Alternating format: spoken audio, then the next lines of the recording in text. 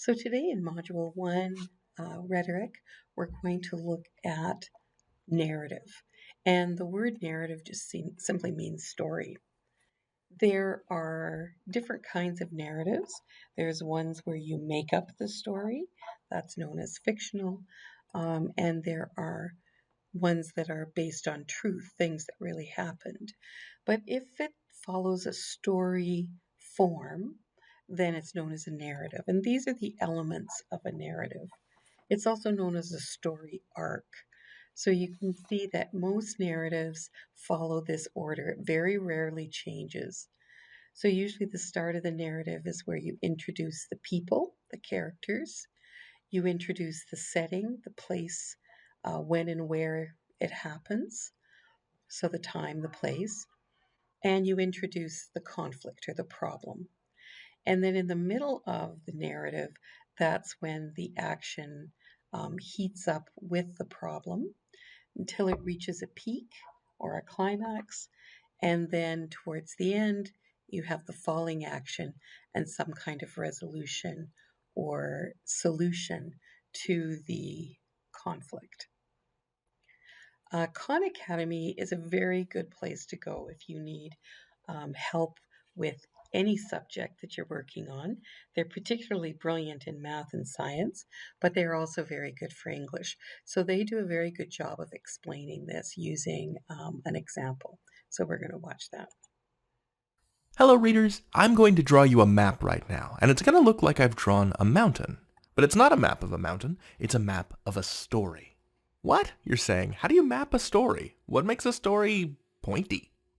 These are great questions, and to answer them, I'll say this. Today we're going to talk about the elements of a story, or the parts that make it up like ingredients in a recipe. Many stories follow a similar pattern. Good readers know what these patterns are and can talk about them using the right terms, and this helps everyone be on the same page, so to speak, when you discuss or write about the stories you read. I'm about to drop a lot of vocabulary on you, so brace yourselves. The story begins with exposition, where we learn about the characters and the setting. Then we introduce a conflict, or a big problem.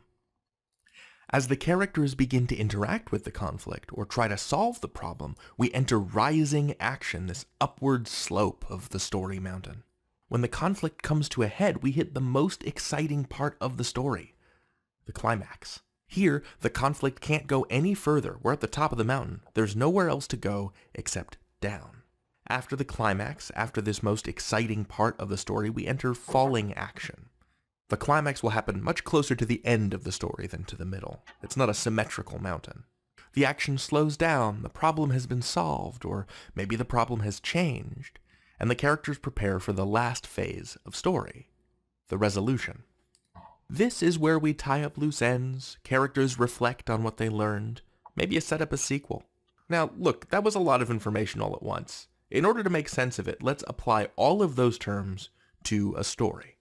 Now, our go-to has been the Three Little Pigs, and while that's a story everyone knows, I'm starting to think it needs to be freshened up a little bit, really work on its franchise potential, you know? So let's go through the elements of story by looking at my new project, a reboot of Three Little Pigs, that I'm calling TLP Starbound. See, it's Three Little Pigs, but it's in space. That's a space helmet. So I'm going to put a little story map here in the corner. Okay, so, the exposition. It's the future. Pigs have expanded to every corner of the galaxy. Three brave little pigs decide to strike out on their own, exploring a new, exciting region of space. One builds a spaceship out of straw. Go with me here. One builds a spaceship out of twigs. And one builds a spaceship out of a flexible hyperalloy they developed in a laboratory. She's the brainy pig. So, we've got the setting. It's the future, they're in space. We've got our characters, the pigs. Now, the conflict. Along comes the notorious space pirate, Captain Wolf. He's big, he's bad. He wants to blow up the spaceships and eat the pigs. He begins hunting down the pig ships one at a time. I think Captain Wolf has an eye patch. No, he has a cyber eye. He's part robot. And now we enter our rising action phase. Captain Wolf engages the straw ship. They have an exciting space battle. And Straw Pig escapes in a little escape pod to the Twig ship. But Captain Wolf follows. He is undaunted. The tension continues to rise. He destroys the Twig ship. The two pigs escape again, this time to the brick house. I mean, the hot, flexible hyperalloy spaceship piloted by the science pig. And now we come to the climax. Captain Wolf comes to the advanced ship. He tries to blow it up, but he can't. It's too powerful. He decides to board the ship, because that's the only way he'll get to eat the pigs, but the pigs trap him in a space barrel while he's still in the airlock. They did it! They solved the problem. Captain Wolf is trapped in a space barrel, and he can't eat them now. The climax is past, and now we enter the falling action phase of the story. In the version of the story that I know, the three little pigs roll the barrel into the river. So I think maybe in this version they punt the space barrel out the airlock into the cold void of space. Or maybe they strand him on a deserted planet. But in any case, they never have to deal with the wolf again. The threat is now gone, and that means that the conflict has been resolved. We're in the resolution part of the story now. The first two little pigs, the straw ship pig and the twig ship pig, learn that they need to put more work into their spaceships if they want to survive in space, and they build fancy spaceships just like the science pig. And that's an introduction to story elements. Now that you're familiar with the ideas, start applying them to your favorite stories. You can do this with any form of media, book. As you can see, they're very entertaining when they give their tutorials. So let's look at conflicts. Basically, conflicts fall in two categories, internal and external. So when it's internal, it's the person battling themselves. They might have a moral conflict, or they're battling their inner demons. Um, so it might be, they want to stop smoking. So the only person or character that they're fighting with is themselves. So there's an internal conflict. The rest of the conflicts are all external. So, for example, person versus person. So it could be character versus character. It could be protagonist, which is the hero of the story, versus the antagonist, the villain. This is the most commonly used external conflict. It's like a good versus evil. It's two characters with two different goals, or two different opinions, or two different outlooks. Um, so, things like The Wizard of Oz, it's Dorothy facing the Wicked Witch. If it's The Hunger Games, it's Katniss Everdeen versus the society that she's in, right? Person versus self, as we said, is an internal one. Person versus nature, so any survival stories. This is the kind of conflict you're usually battling an animal or the weather. For example, The Old Man and the Sea, or there's a book called The Life of Pi, where the protagonist is stuck in a boat with a tiger. So the conflict is, how will he survive? Person versus supernatural. So, this is when a character is fighting some inexplicable phenomena. It could be aliens, ghosts, vampires, werewolves. Um, any Stephen King novel is going to have person versus the supernatural. There's person versus technology.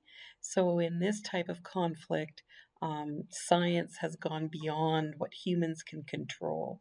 So, things like 2001: A Space Odyssey, where the robot on the ship is controlling everything, that's an example of person versus technology. And lastly, is person versus society. So, this is when one person is sort of fighting a whole community or a whole system of beliefs. So, if you read Charlotte's Web as a kid, it's this pig Wilbur trying to fight against a society that eats pigs. Or if you read To Kill a Mockingbird, it's Atticus Finch, the lawyer, fighting against the racism in his society. And then there is person versus fate, and fate is sort of like this, um, like the hand of God. It's also known as person versus God. So it's a very difficult category to understand, but it could be something like, oh, how would I describe it? So, like maybe in this religion, people don't believe a certain thing and you're trying to fight against that. But that could also fit in person versus society, right? But basically, you're looking at um, a disagreement between two sources. When you're writing dialogue and narrative, there are certain rules you have to follow. Dialogue is characters speaking. So, in a narrative, you have to indent for each new speaker and use quotation marks to show that someone is speaking. And you have to use commas inside the quotation marks and then identify the speaker. So, here's some examples of how that works. So, wow, so you can see the quotation marks, comma, Jim said as he walked down the eerie hallway to his destination. I can't believe it. End of quotation marks. So then they have a new speaker, hey, wait up. So it's indented. And then you can see again the comma used inside the quotation marks and then who said the words. So I know this sounds really fussy, but when you write your narrative, make sure you're following those basic dialogue rules. If it's a back and forth conversation, it would get really tiring if you just kept writing he said, she said, he said, she said. So once you've established the pattern, so it's Jim, Joe, Jim, then you don't have to keep putting their name here. So you don't have to use their name when they talk back and forth like that. Some other things is you don't need a capital letter if you continue after you write. So I said or Joe said. Sir, I said to the officer, the kid just broke his arm. So you don't need a capital letter here because you're continuing the thought. So let's get used to some of the narrative vocabulary. So, one of the things is cause and effect. So, that's when you do something and something happens. Chronological order is the events that go in order of time. Usually, chronological order is from past to present or from present to past, but things go in order as they happened. A flashback, so that's when the author goes back in time to explain something. Might be their way the character is feeling, or might explain an event that's happening. So they have a flashback. And usually they use different techniques to take you out of the current time and back in the past and then bring you out of it. So it might be a sound, it might be a smell, it might be something they see. You see this in movies all the time, right? Where they go back in time. Foreshadowing, now this is really important for you to understand. So, this is little clues that the author gives you that something bad is going to happen. So, if it was a dark and stormy night, well, we know that nothing good ever happens on a dark and stormy night. So, that's the author's way of saying to you, hold on to your seats. This is not going to be a fun story. This is going to be serious and scary. Um, Foreshadowing might be things like, the person suddenly feels like this weird shivery feeling. So that sort of hints that something bad's going to happen. Adjectives are words that describe nouns, and good narrative writers use a lot of description to help the reader feel like they're actually seeing the characters or seeing the setting. And they use sensory language, so they appeal to what you can hear, feel, taste, smell, etc. The more vivid the description is, the better the reader can be placed in that experience. Idiom is a saying that is not the dictionary meaning. So if you say, well, that's a piece of cake, you don't really mean that the task was a dessert. You're saying that it's as simple as eating a piece of cake. Another idiom might be to kill two birds with one stone. It doesn't mean you're actually going to go and kill two birds, but you're going to do two tasks at once. So that's idiom. It's a funny way of saying something that isn't literal. It's like a comparison. Personification is when you take an object that isn't human and you give it human like qualities. So if you say the wind was screaming, well, the wind can't scream because it's not a human. So you're making it like a human. Often they use personification, which is a form of metaphor, as showing the strength or the power of the natural or unnatural thing. Oxymoron. So this is when there's two terms that are completely opposite or they don't go together. So like the term jumbo shrimp. Well, how can you be jumbo and be a shrimp at the same time? So that's an oxymoron. It's a contradiction of terms. Simile. So you might have been taught in elementary school that simile is a comparison using like or as. But at this level, we get a little bit more complicated. It's not always just using like or as. Simile is a direct comparison. So this is like this is as like this, right? So it's a direct comparison. She was like a tiger on the court. So you're directly comparing the tennis player to a tiger. Metaphor is an indirect comparison. It compares the two things not because they are the same, but because they are so different. Um, if you take a metaphor literally, it might sound very strange, like she was the black sheep of the family. You're not actually calling this person a lamb. You're comparing them to like a black sheep in a midst of a flock of white sheep. So you're suggesting they stand out, that they're different, that kind of thing. Hyperbole is a gross exaggeration. So you say, I'm so hungry I could eat a horse. I'm so tired I could die. So those are not literal. You're not really going to eat a horse, and you're not going to die if you don't get sleep. So hyperbole is an extended exaggeration. Alliteration is when you repeat often the beginnings of a word sound to create a sound of its own. So Billy Bob bought a bright blue BMW. So the the repetition of the B creates a sound. This is very effective in poetry, but also sometimes alliteration is used to show the movement of something, like a train. You know, point of view. So when you're telling the story, you have to decide whose perspective you're telling the story from.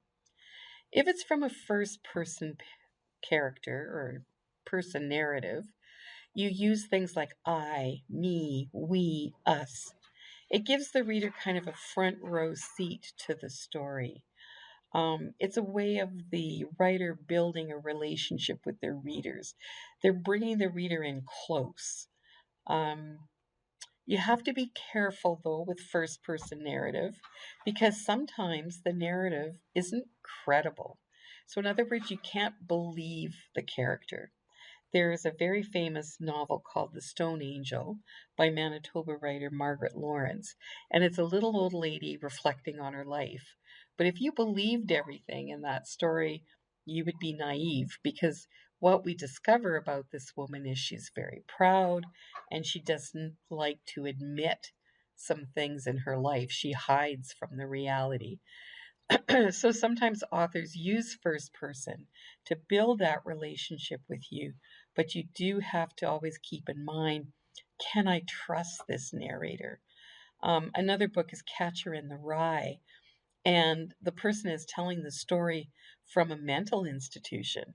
So clearly, you have to be careful what he is saying because he could be misinterpreting events or not really seeing them as they were. Second person narrative is hardly ever used at all. Um, so this is when you use you. It's very awkward, inconvenient, and it's very rarely used. Third person and first person are the most common. Third person is when you're writing one step removed. So it refers often to a character's inner thoughts and emotions.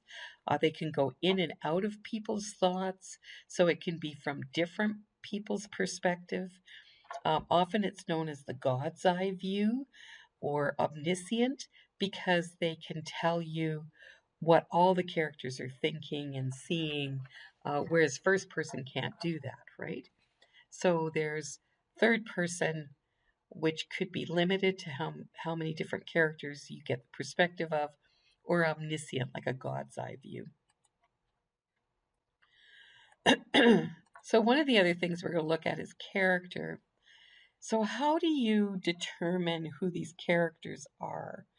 Um, don't just look at the way the author describes the character. You need more than just their physical appearance.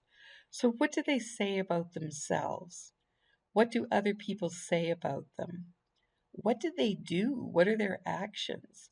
What are their thoughts, their feelings? So, look at the choices the character makes and how those choices affect the other characters in the story. Look at their motives. What's their reason for doing or not doing something? Definitely be alert to anything that changes in their thinking, their behaving, their actions. And think about how you can relate to the character. Um, like, do you feel badly for them? Do you wonder why they're doing something? Um, just think about how you relate to the character. So, one of the assignments is to write a fictional narrative. So you're going to have to write this. Planning is the key to be successful on this assignment. So the first thing you're going to do is you're going to read this book or the story, sorry, The Painted Door, and answer the questions. So that's the first assignment. The second assignment is writing a fictional narrative. So I want you to write me a story that isn't true, and you can use any of the subject ideas that is listed on the assignment. But the big thing here is planning it out. So try to plan it out using a story arc. Think about how you're going to tell me what the character's life is like. Whose perspective are you going to write it from? Is it first person, third person? What major event's going to happen? How are you going to build the tension? Um, and then what will the resolution be? What does the protagonist's life look after the story has happened? How do they grow as a person? So that's basically what you have to do for the narrative part of the assignment.